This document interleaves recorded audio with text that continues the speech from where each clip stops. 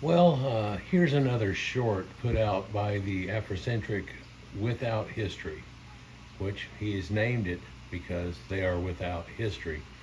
But during his promotions of all these videos, he tries to lie and claim that they do have a history, and look, it's all about me. In this installment, we're going to look at Wewas Potato chips. This man being shown here on the left is George Crumb. In 1853, George Crumb invented the potato chip. They were initially called Saratoga chips, was not from him, and also potato crunchies.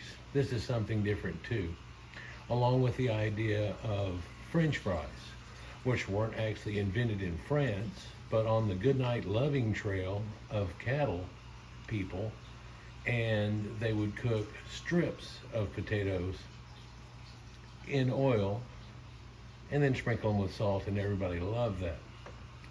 So they're showing you here that Crumb invented potato chips. They were called Saratoga chips and potato crunchies. And then down below you can see, well, my comment that I just put, but other people saying, wow, respect to the brothers and sisters who access the knowledge internally and bring them to fruition. Well, that actually never happened. We'll show you that in a moment. Love his invention. Would you love it just as much if it was a Caucasian invention? Facts, this next person says, whenever it's actually not the fact. In fact, it's very simple to just look up origin of potato chips, and then you'll see they left a whole lot of things out and put themselves at the front of the list. Thank you. I had a medical procedure last week, and my nurse told me she just loves potato chips. So her nurse said she loved potato chips, and that means something wild to them. Here we have somebody saying, the best invention ever. I salute my people, the people that didn't invent potato chips. This person here mentions that today not one potato chip company is owned by anybody that even looks like him. His descendants should be getting paid royalties on his behalf. Well, no, not in any way, shape, or form, because he didn't invent it. See, that's the problem. Here's a person here trying to tell the truth, although it'll probably get blackballed. The potato chip is called a chip in America and was invented by the Englishman William Kitchener. A recipe that is included in his book, Cook's Oracle, published way back in 1817, whenever Crumb wasn't even born yet. Long after George Crumb's supposed invention in 1853. That's strange. In fact, William Kitchener's book had been very popular in the U.S. nearly 40 years previously to him having made potato chips. So let's look into that Wewas potato chip claim. Some people, of course, find this as being silly, but then again, whenever you try to make silly claims, it does look silly. A potato chip, North American English and Australian English, often just chip or crisps, as they're known in British and Irish English, is a thin slice of potato that has been deep fried, baked, or even air fried until crunchy. They are commonly served as a snack, side dish, or appetizer, and you can imagine how the Irish have a lot to do with potatoes. The basic chips are cooked and salted. Additional varieties are manufactured using various flavors and ingredients, including herbs, spices, cheeses, and other natural and artificial flavors and additives. Yeah, you can find a crazy selection of potato chips nowadays. Potato chips form a large part of the snacks, food, and convenience food market in Western countries. The global potato chip market generated total revenue of $16.4 billion in 2005, and this accounted for 35.5% of the totally savory snacks market in that year, which was $46 billion overall. So snacks are real popular. Well, let's look at the history of this. You see, the earliest known recipe for something similar to today's potato chip, is in William Kitchener's book, The Cook's Oracle, published in 1817. And he doesn't look black to me. which was a bestseller in the United Kingdom and United States, well before this crumb guy was even born. The 1922 edition's recipe for potato fried in slices or in shavings reads to peel the large potatoes, cut them into shavings round and round as you would peel a lemon, dry them well in a clean cloth, and fry them in lard or drippings, so like the grease of other cooks are cooking. An 1825 British book about French cookery calls them pommes de terre frites. In fact, to this day, you'll hear them called pommes frites. Second recipe, and calls for thin slices of potato fried in clarified butter or goose drippings, again, same type concept, drained and sprinkled with salt, again, same concept. Early recipes for potato chips in the U.S. are found by Mary Rudolph's Virginia housewife in 1824, predating this man we know of as Crumb in 1853.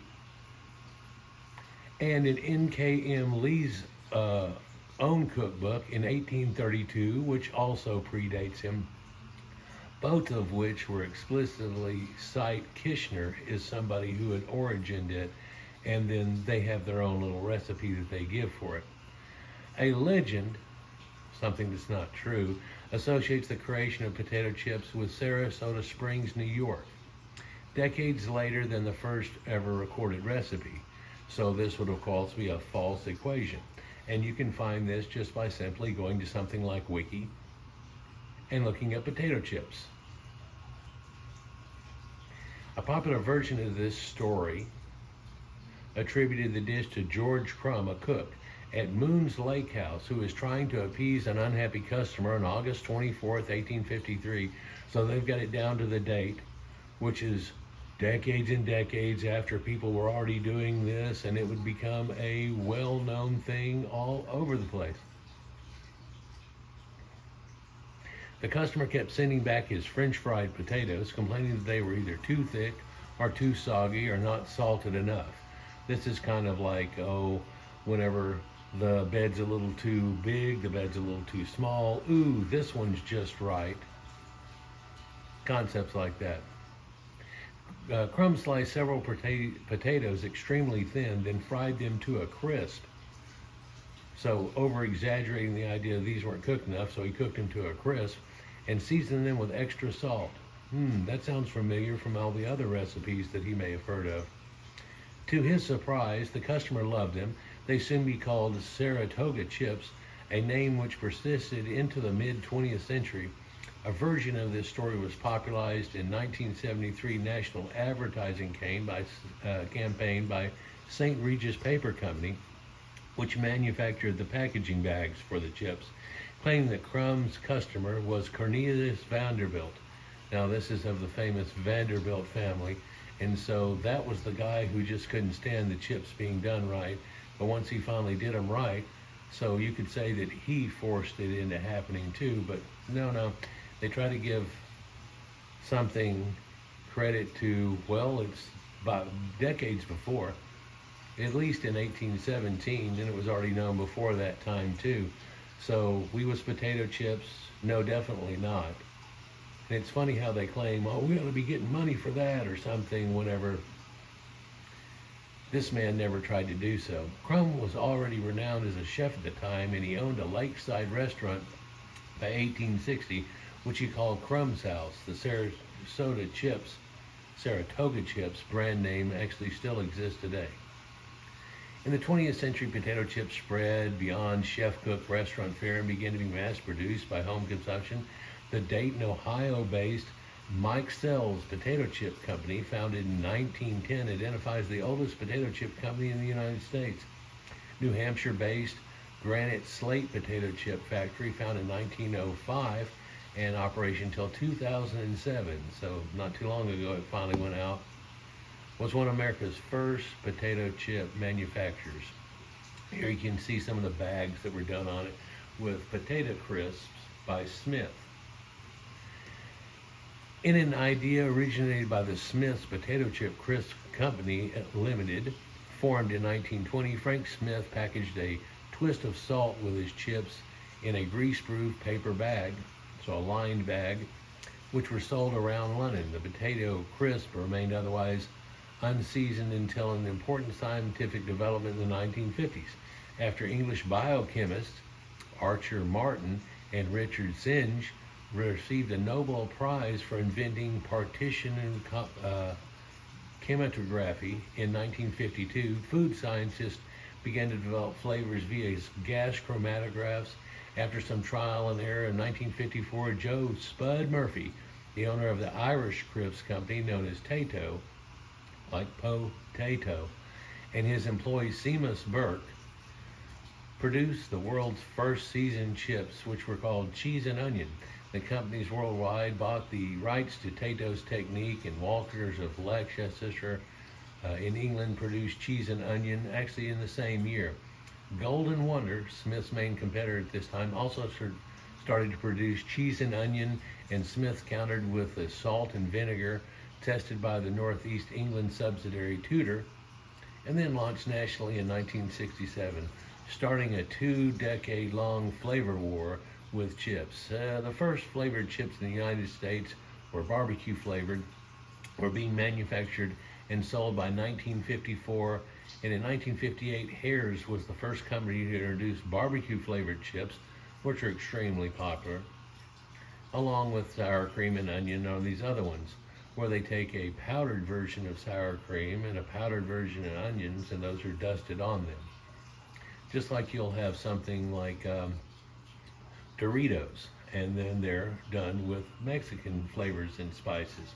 And in the recent days, there's been a whole lot of different variations of that coming on with lime and other things too. So kettle chips is another thing where it's done a little bit thicker. They fry them at low temperatures, and they end up making something that most people believe is a little too crisp. But kettle chips are thicker, and the surface starch is not rinsed off, resulting in a style of chip called hard-baked chips.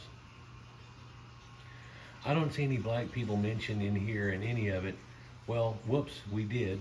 We saw the one that they try to claim invented it was so late. There were cookbooks and all kinds of things that had them in there. You'd think perhaps he had the cookbook or have heard of such a thing, and it didn't just come off of the shoulder.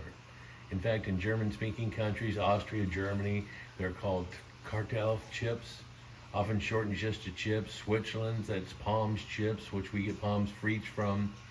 Former Yugoslavia, fried slim potato slices known as chips, locally pronounced very similar to the English pronunciation, showing that there's a clear loanword situation going there, with clear distinction from French fries, though. In Brazil, home-style potato crisps are known as batatas Portuguese, or Portuguese-style potatoes. If these sides are relatively smooth, and Basta Prussians is Prussian potatoes. So all of these different people were well into it, and apparently before this man even whipped up a batch of chips, whether that was for Vanderbilt or not. So there's regional varieties and everything. In the United States, major regional brands include Jay's, Better Made, Old Dutch, Utz, and Zapp's, or Lay's potato chips, as we hear about in Canada. They're all dressed, dill pickle, and ketchup, so they have some strange brands there. And in Colombia, lemon, chicken chorizo, and sirloin steak with mushroom sauce, which sounds good, is another one that's offered there. All of these things are brought about by Caucasians again here too. Even in Asia, they show you different things, which kasame and wasabi and soy sauce, garlic butter, plum, barbecue pizza, mayonnaise, black pepper, chili, scallop with butter, teriyaki, Yitakori chip flavors also available. Manufacturers are Calbee and Quaker in Hong Kong. Two prominent potato chips are the spicy Ethnician variety by Calbee and barbecue by Jack and Jill. So these have gone through time, and over here on the right you can see Doritos, and they even talk about Pringles and how that's made from a paste. So you pretty much make something that's like mashed potatoes, and then they press them into these thin potato chip shapes, and by doing so they're able to be stacked up. So there are even potato chips which aren't even actually made from potatoes, but made from corn, So then we have that idea of Doritos and all of the corn puffs and things like that that come from it. And so you can look at this, and I'll slowly go down through here all the people that have gone into this idea. So many. It's easily over 70 different people that you can reference on where they actually came from. And they do mention the late mentioning of this man who wasn't even alive whenever they were already being formed. But they say there's a legend about it where people try to put this out. So black people, whenever they look at these things, do they ever actually go to Wiki and put in potato chip and find out they're being lied to by the black people? They try to bring about this. They try to claim Wewas potato chips. This is very much like Wewas peanut butter, which also predates Washington Carver or anybody like that. So this leaves you with the idea that that's not true. So what we have here are people trying to make claims. They want to claim everything, anything that they can, including even potato chips, and associate it with black people. They say that it was invented in 1853. We find that it was invented decades before and even prior to his birth, so that's not true. You'll find this across the board when blacks make claims. They'll say, we invented this now, and then you'll find out, well, bean peck or peanut butter goes back hundreds and hundreds of years before George Washington Carver was even born. A lot of his indications, you can even go to the George Carver website and they'll tell you that's not true. Also, they can tell you that, well, we used to say that he came up with hundreds of different uses for potatoes, or I'm sorry, for peanuts, like peanut oil and so on like that, but we find that that was already derived by other people too. So it was really a false connection trying to get black people to want to go to higher levels of school so they could maybe invent something too. After going through this for so many decades, you really don't see black people inventing very much in comparison. It's like one is a giant thick dictionary full of all the Caucasian things that surround you today, from light bulbs, which they try to claim, traffic lights, anything. You can go through different people. They've made these debunks on word for word. Everything they try to claim in there, that's from black people, aren't really from black people. Except for there's one that's shown there where, yeah, they did invent this one style of brush. And then the people are still concerned whether or not they invented the actual ice cream scoop. But of course, this is saying the man's looking at ice cream, and so this is something radically different and cannot be tabulated to them. Once being domesticated around Caucasians and finding a need, you might find something like that, but that also doesn't mean necessarily that you invent it or that it all came about because of you, because ice cream really doesn't last long in sub-Saharan Africa. In fact, they've never really had it. What's hilarious is you can watch people given ice cream and taste it for the first time, and they totally freak out, and they like the flavor of it and so on. You'll get a bunch of mixed reactions. But the mixed reaction we get here is down in the comments, oh, we invented, we're Wewas potato chips. And you come to find out, no, they predate George Crumb by quite a bit. You don't want to mention any of those things. You want to pretend that he invented them in 1853, many decades after they were already a popular food for people to have. So this is just another example of black lies and jealousy, and people would shelve this as being something different than claiming they were the Egyptians, this, that, and other. But if you look at it, they can't keep from claiming other people's things. And if a black man ever did something, they try to say that that's who invented it, whenever you'll come to find out he learned that from somebody else. The potato is not something from sub-Saharan Africa and so on.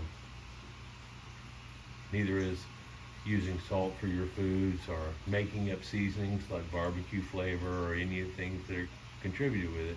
But down here in the comments, you'll see people say, we should be getting millions of dollars for that. We, are you sure last name Crumb? Exactly. So we do have that issue. Anyhow, one of these just popped up, and I thought that was hilarious that they mentioned this. Why would you do that whenever you can wiki it and easily see the answer that tells you that this is all a jealous lie. But that's across the board. That's what happens with every single claim they tried to make. Like a lot of times West Sub-Saharan primitives that were living in the Congo will try to say, we was Ethiopians, we was this, we was that, and of course they're not even related and didn't even know those people existed either. So kind of hilariously sad that they keep trying so hard to lie about inventions or where things came from. And they always want to claim it came from them somehow. I've even heard where they try to claim that all the spices we cook with come from them, and I was like, well, I looked up the spice trade and you really weren't involved in that either. And so all these spices we're talking about, giving you the ability to do that, isn't from black people either. But they want to claim, well, we cooked, we invented gravy, or we invented things like that. And it's like, no, that doesn't work for you either. Along with ideas like bread and so on. Whenever all they really had was yams and millet. Millet is a bird seed like people give to parakeets and so on today. And yams are something that we do have sweet potatoes and yams, and we'll eat them usually around holidays. But that's about the only time through the year you'll find it. Anyhow, let me know what you think down below and what they try to show versus what the reality of it was. For I just showed you, all you have to simply do is wiki this. Amazing how no one in the comments wikied it and said, yeah, you're right. There was a man that wikied it and found out, no, you're wrong. He mentioned Kitchener and so on too, but they won't even care about that. Then they'll strut around and pretend that they invented potato chips. Next thing you know, they're going to try to act like white people can't have potato chips. They're only for black people. Things like that. That's about the first thing that they try to do whenever they claim it. Like braids and other things they tried to claim that also predate them by so long. Anyhow, let me know what you think down below. I know it's a just trivial thing, but you'll find that this is going across the board with just about anything they could possibly mention. It's really quite sad. Peace.